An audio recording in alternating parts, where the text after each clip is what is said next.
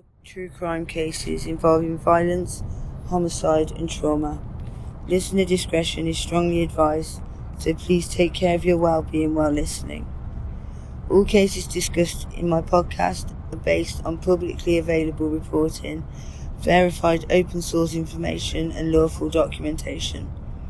Details shared are for educational commentary, awareness and public interest purposes only. Nothing here is created to glorify, romanticise or sensationalise violent crime. We respect the victims, their families and the communities who were affected. Good evening guys, I'm Shez and this is Cruel Crimes and Cold Case Shorts. So tonight we're talking about a case that happened on a highway in Alabama where a domestic violence ambush unfolded while a young mother was live on Facebook. Her name in this episode is Mariah. I'm going to use a pseudonym to respect her and her family. Mariah was a young mother just trying to live her life. She was driving down an Alabama highway, singing along to music and interacting with people watching her Facebook Live. This wasn't a drama stream. This wasn't a controversial live stream. It wasn't shock content. This was just an ordinary young woman sharing a moment in her day with friends and followers.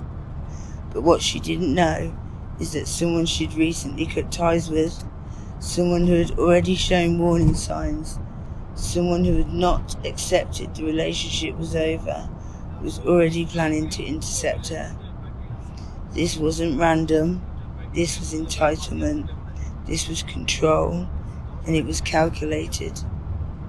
People watching the live didn't realise what was happening at first. They thought maybe there was traffic, maybe she stopped for directions, maybe it was nothing. But domestic violence often hides like that. It appears ordinary, right until the moment it isn't. And then it escalates without warning. What happened next is something I will not describe visually. We do not need visual descriptions to understand the impact. We do not need shock to understand the dangers. What matters here is that moment became irreversible. Thousands of people online witnessed the aftermath, unaware of what they were about to see, until it was way too late. Now this case is about the silent build-up before violence, the ignored red flags, the minimised threats, the he wouldn't actually do anything reassurance people tell themselves to trick themselves into feeling safe. Domestic violence doesn't start with a weapon, it starts with the belief that someone owns you. Now she did everything women are told to do to protect themselves. She ended things, she put boundaries, she tried to move on, and she tried to rebuild. But this person believed that her life should not continue if it was going to be without him. And that is how so many domestic homicides form. Not explosive rage, but pure entitlement. You're listening to Cruel Crimes and Cold Case Shorts. This episode continues to discuss real violent crime. Please prioritise your mental health and take care of yourself while listening. Let's carry on. The live stream and the digital nature of the crime added a second layer of trauma. Because the internet didn't just watch the aftermath, it debated it, it speculated over it, it shared clips, it attached commentary, and it treated tragedy like content. Just like in Bianca's case,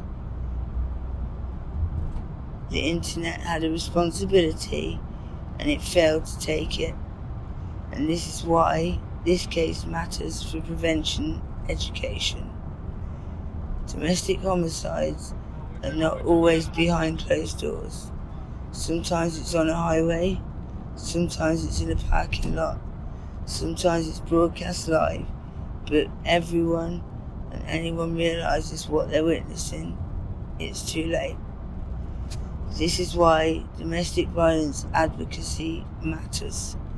This is why boundaries matter.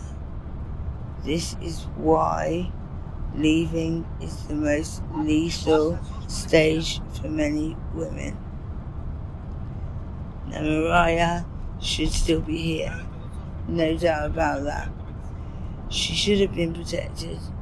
She deserved to have a full, rich life, not to be remembered because of how she died, but because of who she was. The biggest lesson here is this: when someone believes they own access to you, that is not love. That is not true, and it's also not reality. That is what you call a threat. Mental abuse. If somebody is crossing boundaries, you need to take it seriously. Tell someone. Doesn't matter who it is, tell someone. It's not being a snitch, or whatever people are saying now. So, document it, block them, repeatedly report it if you have to, leave early if you can, get some kind of support network. Your safety is worth more than their hurt feelings because they can't let go. If you or someone you know is experiencing domestic abuse, coercive behaviour, or shockingly physically being hurt, you're not alone. Help is available for you.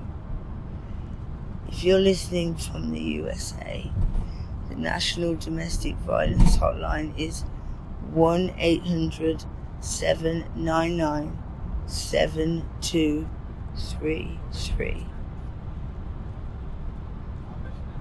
Love is respect for teens and young adults. It's 1-866-331-9474. You can text START to 88788. Now, if you're listening from the UK, we've got the National Domestic Abuse Helpline, 0808 2000. Now, also, there's victim support number. It's 0808 1689 111. Samaritans UK 116123. If you believe you're in immediate danger, please call 999 in the UK or 911 in the US. Please take care of yourself. In the next episode, if you're with me still, episode 3, another Alabama highway. See you next time, guys. Stay safe.